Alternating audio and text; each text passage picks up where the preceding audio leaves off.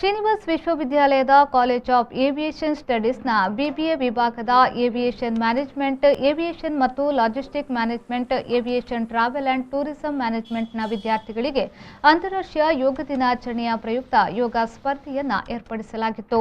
ವಿದ್ಯಾರ್ಥಿಗಳು 3 ನಿಮಿಷಗಳ ಕಾಲ ತಮಗಿಷ್ಟವಾದ ಯೋಗಾಸನದ ಭಂಗಿಗಳಲ್ಲಿ ಸ್ಪರ್ಧೆಯಲ್ಲಿ ಭಾಗವಹಿಸಬೇಕಿತ್ತು.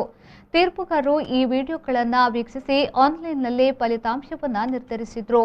ಈ ಚಟುವಟಿಕೆಗಳನ್ನು ವಿದ್ಯಾರ್ಥಿಗಳ ದೈಹಿಕ ಮಾನಸಿಕ ಬೆಳವಣಿಗೆಯ ದೃಷ್ಟಿಯಿಂದ ಆಯೋಜಿಸಲಾಗಿತ್ತು.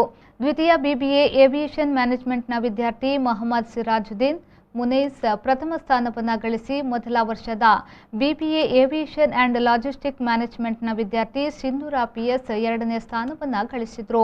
ಈ ಸ್ಪರ್ಧೆಯನ್ನು ಕಾಲೇಜ್ ಆಫ್ ಏವಿಯೇಷನ್ ಸ್ಟಡೀಸ್ನ ಡೀನ್ ಪ್ರೊಫೆಸರ್ ಪವಿತ್ರ ಕುಮಾರಿಯವರ ನೇತೃತ್ವದಲ್ಲಿ ಹಾಗೂ ಕಾಲೇಜಿನ ಕ್ರೀಡಾ ಸಂಯೋಜಕ ಪ್ರೊಫೆಸರ್ ಶಶಾಂಕ್ ಬಿಎಸ್ ರವರ ಸಹಕಾರದಲ್ಲಿ ಆಯೋಜಿಸಲಾಗಿತ್ತು. ಬ್ಯೂರೋ ರಿಪೋರ್ಟ್ ವಿ4 ನ್ಯೂಸ್, ಮಂಗಳೂರು.